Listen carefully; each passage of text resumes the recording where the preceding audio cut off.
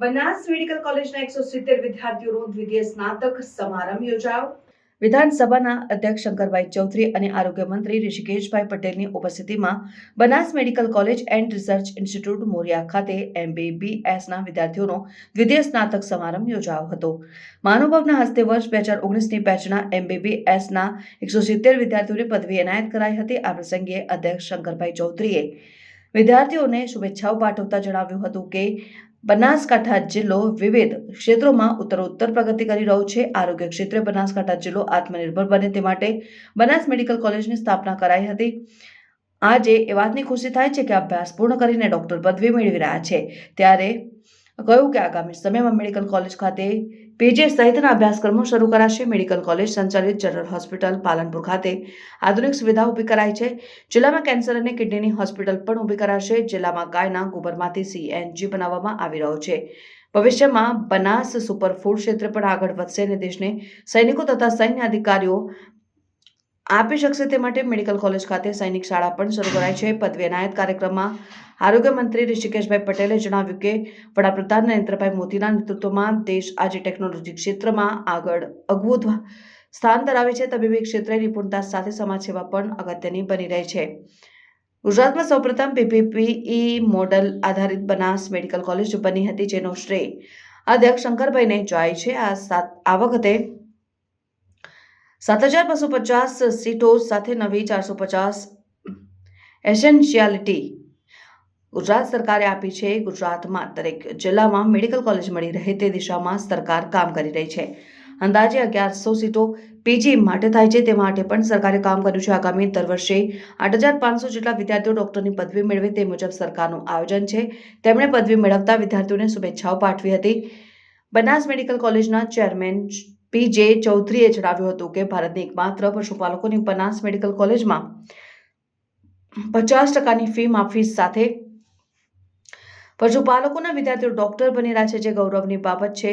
Boys અને girls hostel સાથે આધુનિક સુવિધાઓ અને શ્રેષ્ઠ medical faculty Banas medical college દર વર્ષે 5,000 જેટલા દર્દીઓની નિઃશુલ્ક તબીબી સારવાર આપે છે અને પ્રતિ દિવસ 1700 થી લઈને 1800 જેટલી OPD, 600 થી 700 દર્દીઓની IPD, મહિના દરમિયાન 550 થી વધુ નિઃશુલ્ક ઓપરેશન કરવામાં આવે છે. જનરલ હોસ્પિટલ પાલનપુર ખાતે ઓક્સિજન પ્લાન્ટ, લેબોરેટરી, એક્સ-રે સહિતની તમામ ભૌતિક સુવિધાઓ દર્દીઓ માટે પૂરી પાડવામાં આવે છે. મેડિકલ કોલેજના ડીન ડોક્ટર રૂપમ ગુપ્તાએ મેડિકલ વિદ્યાર્થીઓને તબીબી શપથ લેવડાવ્યા હતા. કાર્યક્રમમાં સર્વ ધારાસભ્ય અનિકેતભાઈ ઠાકર, પ્રવીણભાઈ માળી, સ્વરૂપજી ઠાકોર, માવજીભાઈ દેસાઈ, સાંસદ પરબતભાઈ પટેલ, બનાસ બેંકના ચેરમેન ડાયાભાઈ પિલિયાતર, બનાસ ડેરીના vice chairman Bhavabhai Desai, Banas medical કોલેજના બોર્ડ ઓફ ડાયરેક્ટર સહિત વિદ્યાર્થીઓને બહોળી સંખ્યામાં વાલીઓ ઉપસ્થિત રહ્યા હતા. હવે આદરણીય નરેન્દ્રભાઈના નેતૃત્વમાં દુનિયાની અંદર કોઈ પણ પ્રકારની ટેકનોલોજીનો આવિષ્કાર થાય, ધીમે ધીમે ચાલીને આવતી એ ટેકનોલોજી, એ શોધો એ આપણા દેશમાં સાથે ને સાથે ઇમ્પ્લિમેન્ટ થાય અને દેશ દોડતો થાય એ દિશામાં હવે આગળ વધી રહ્યા છે. અને એવા સમયમાં આપ સૌ ડોક્ટરો બની ગયા છો. આજે તમે જે ભણ્યા છો, સારવાર કરવાની પદ્ધતિ, line of treatment, A protocol, કોઈના પેપર પબ્લિશ થાય, જર્નલમાં પેપર પબ્લિશ થયા પછી એની ડિબેટ્સ થાય, પ્રોટોકોલ પણ બદલાઈ શકે.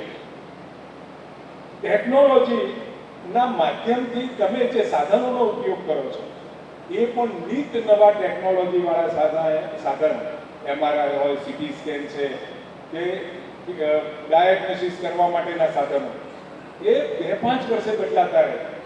હવે સતત દુનિયા સાથે ટચમાં રહેવું પડે. એવું નથી કે એક વખત સર્ટિફિકેટ મળ્યું એટલે લાઈફ ટાઈમ આપણને લાયસન્સ મળ્યું. સતત અપડેટ રહેવું પડશે. તમે તમારા ક્ષેત્રની અંદર વધુ ને વધુ સ્કિલ, નિપુણતા અને તીક્ષ્ણતા મેળવતા રહેવું પડશે.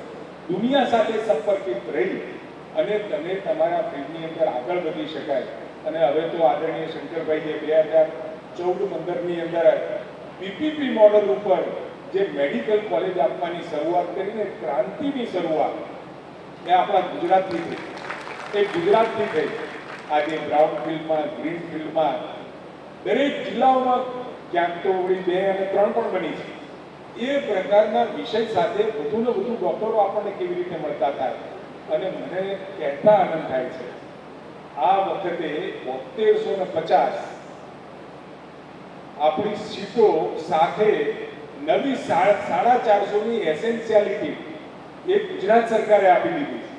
અને આવતા સમયમાં જે અમે પીપીપી મોડલ પર અરજીઓ મંગાવી છે એની અંદરથી પણ 6 થી 7 નવી મેડિકલ કોલેજ કે જે જિલ્લાની હવે મેડિકલ કોલેજ બાકી છે એ જિલ્લામાં મેડિકલ કોલેજ આપવા માટે, એટલે આશરે દર વર્ષે 8500 ઉપર ડોક્ટરો MBBS આવતા વર્ષમાં આપણને મળતા થશે. અને આ વખત 1100 પીજી સીટ માટે તમે બધા વેઇટિંગ ફોર પીજી સીટ ઘણા બધા હશે કે પીજી માટે મથવાના, નીટની પરીક્ષા આપવાના. નવી 1000 લગભગ 1100 જેટલી સીટો માટે ગુજરાત સરકારે એસેન્શિયલિટી સર્ટિફિકેટ આપી. અભિનંદન આપવાના છે. અત્યાર સુધીમાં કોઈ ડૉક્ટર બોલે તો એવું લાગે, પરંતુ હવે ગવર્નર સાહેબનો જે સિક્કો લાગશે તો તમને બધાને ડૉક્ટરની શરૂઆત થઈ જશે.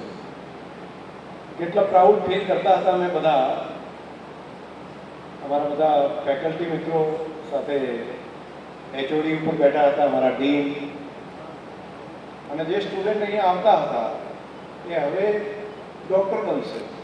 તેમની આંખોમાં જે આગળ વધવા માટેના જે સપના હતા એ જોઈને મને તો ખૂબ રાજીપો થયો હૃદયથી.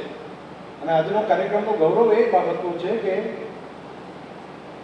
આપણા બધા વિદ્યાર્થીઓને જે ડૉક્ટર બને છે તેનું સન્માન, તેમનું સર્ટિફિકેટ એ આજે રાજ્યના કેબિનેટ આરોગ્ય મંત્રીશ્રીના હાથે અપાય છે.